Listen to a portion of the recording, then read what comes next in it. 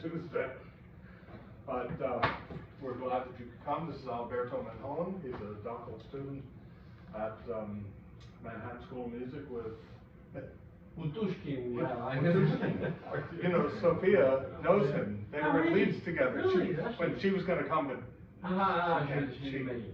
because the guy that was going to give her a ride, he's like 2.5 hours away. So, but when I said, yeah, did you study with Matushkin? And she goes, oh, it's all I know him. And so anyway, but he has a wonderful program for us. So let's give him a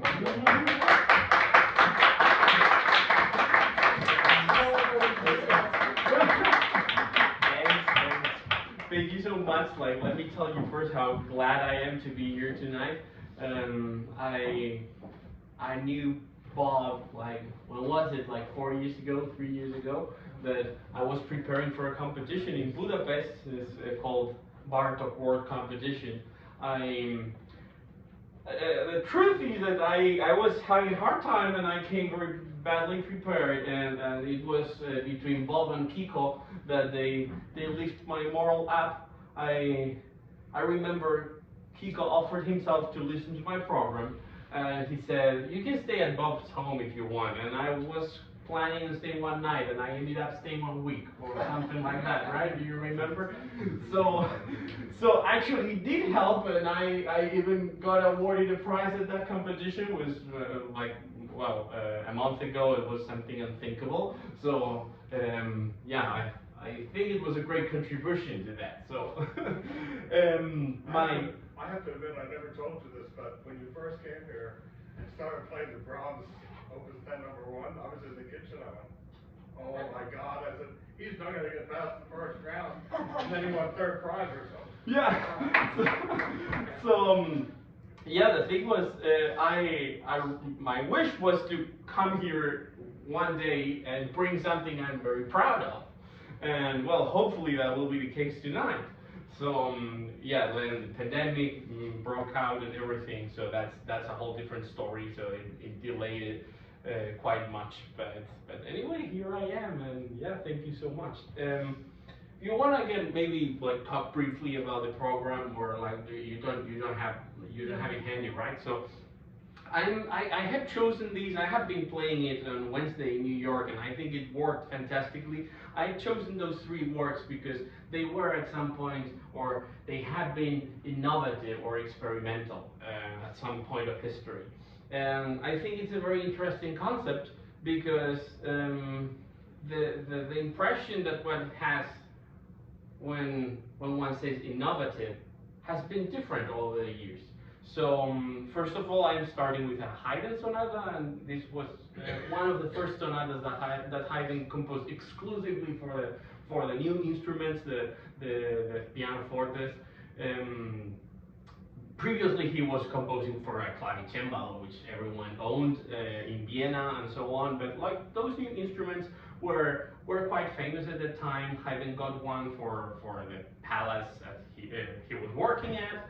And you can tell, because it's very imaginative, how he experiments with the dynamic range of everything. So for me, this sonata seems like he was like a child with a new toy, and he wanted to explore all the range of the new instruments and how good the dynamics could be done, right? So it's like full of like fortissimo, and then suddenly pianissimo, and suddenly sforzando, and so on. So it's even funny how saturated it is. So it's also innovative because of the form, because it has only 2 movements. You'll see it's a very short sonata. So the first movement is a slow one. It's a theme with variations, with like a kind of a recapitulation. And the second one is like something similar to a rondo, and it's very short. So it's like a slow, fast movement. So nothing to do with the actual sonata form that we all have in mind, like 3 movements, fast, slow, fast. So the next work is going to be Manuel de Falla's Fantasia Bética, which is like a milestone of the Spanish piano repertoire. And it's also innovative in another way, because I think he explored how to imprint all the folklore and all the folk tunes that he's using in the work, how to imprint them best way into the instrument, into our instrument. And you will see he uses scales, he uses rhythms and harmonies and dissonances that nor Albeniz, neither Granados dared to write before. So it's somehow like there's this story that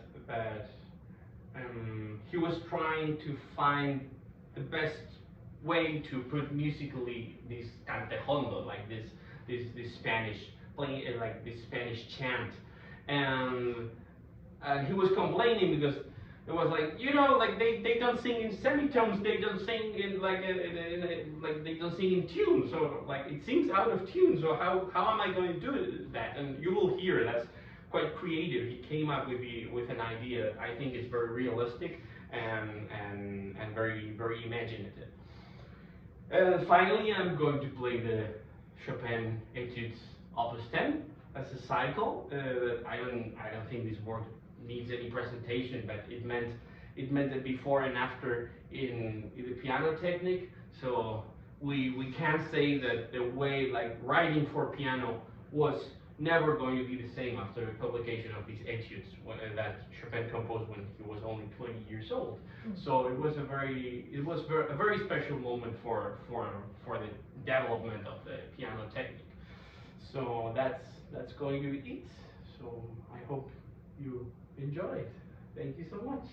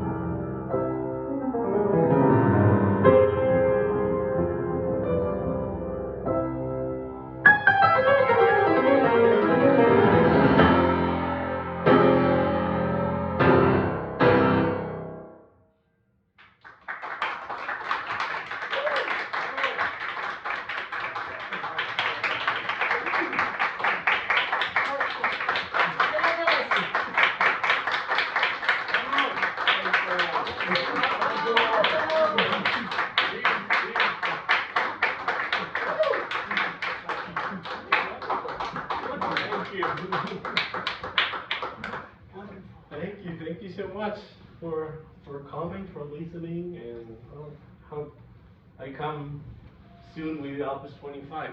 We're excited to learn them. How long did it take you to learn Opus 10?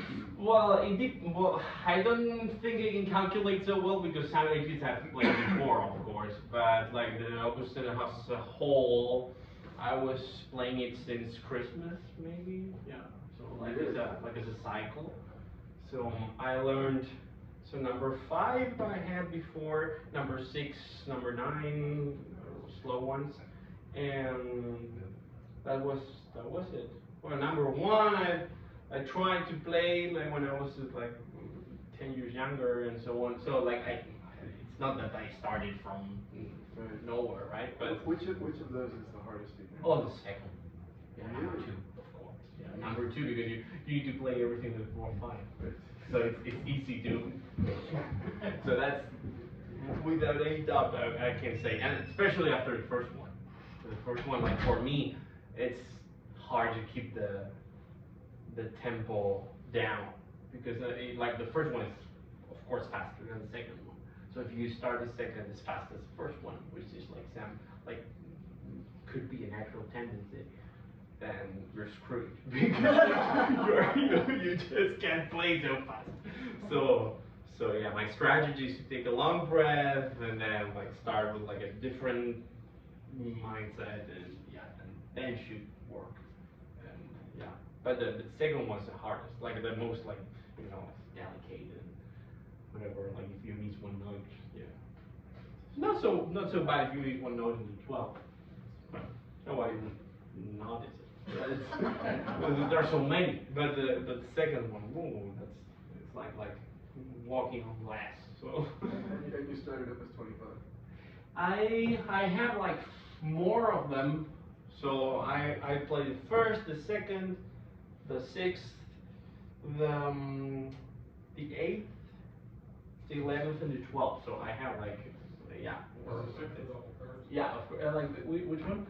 Like, the third one. Yeah, of course. Like the 6th one, I'm playing it. Yeah. That's another one. But the Opus 25 is like I think it's not so hard as a whole. It's just these ages is so hard, like the thirds. But I think the Opus 10 is trickier. Like you can't have a real rest. You can't say like, oh, the next is gonna be easier. So fine. No, the next is like, oh no, this one. Oh no. So better not to think what's ahead. Better what do you think you just achieved. So what kind of encore would follow that 18? I was thinking of like something. Well, that was a question that I was thinking so much, but so. Another etude. I would say so because yeah, like that was another thing. Yeah, I thought maybe another opus from another etude from Opus 25, but like I already played Opus 10, so I don't think it's a great idea. Then I thought Rachmaninoff preludes, for example, which are very related to the etudes, that could be a very, very good one. What about the Trois Nouvelles? One of those would be nice. Of course, yeah, that would be great. That one would be great. But like what I thought, like what I did in my recital was to play the aria from the Goldberg Variations because it like has a little contrast. That's what I was thinking, some Bach. Yeah, of course.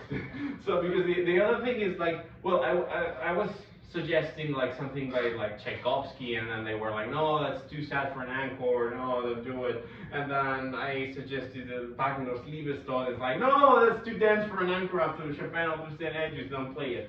So then I finally played that Bach, and it worked. So that's I can do it now for you.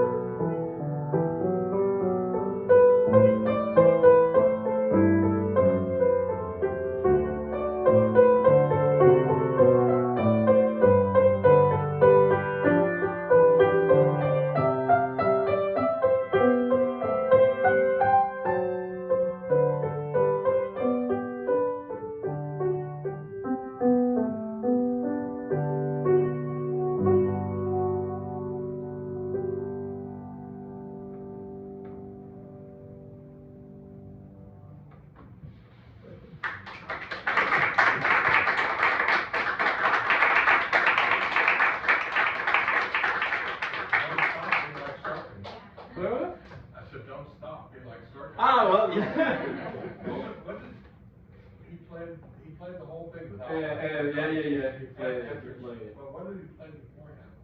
It was, I think Brandenburg Concerto number 5 could be. It was a concerto. Because he played with Adolf Busch, and then he told him as a joke like, oh, you should play the whole thing. But he was 17 and he didn't understand the joke, and then he thought he was serious.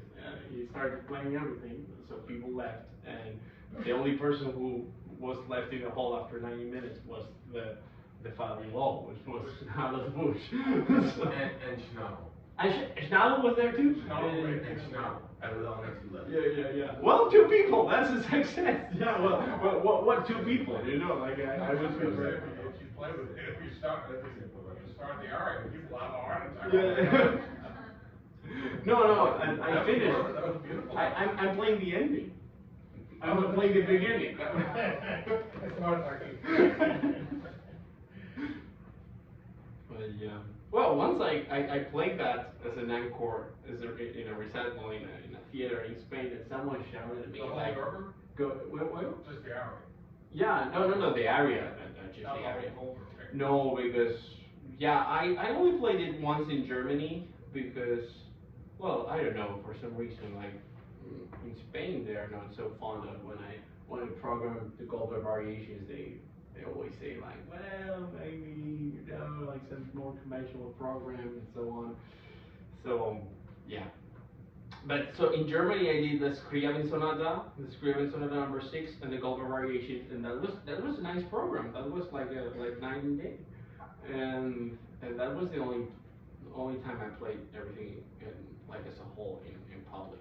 But that time I played an encore and someone shouted at me like, go on with the first one. No, now been playing for 1 hour and a half. Thank you.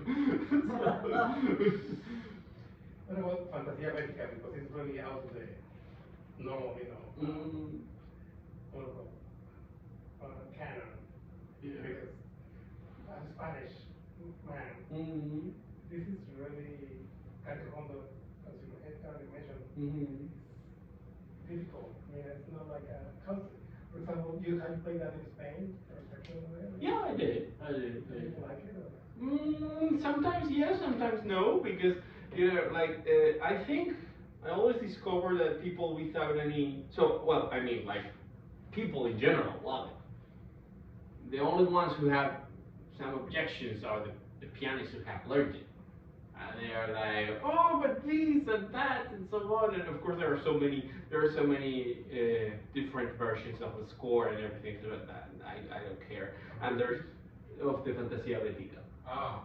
So there's always someone who think, especially in Spain, that they are like specialists on Spanish music, and then they are like, oh no, I have been playing this piece for 40 years, and that gives me more rights to talk about it than you're young and you're inexperienced. But like I see some things in the score that I think they need to be like that. And then I talk about that with Pedro, who has been playing the Fantasia Bética for many years, and with this writer Joe Horowitz. We talked about it once, right? And he agrees with me, and then showing him the score, and then it was like, yeah, I think it should be that way. It should be like that. But of course, I think the only objection I have heard in Spain was coming from Spanish teachers, like people in the jury of a competition who said like, your tempo there was not what we always play here. And that's why it's very I'm very grateful to play in Germany, in America, and other countries, because people don't have any expectations, so you need to be convincing.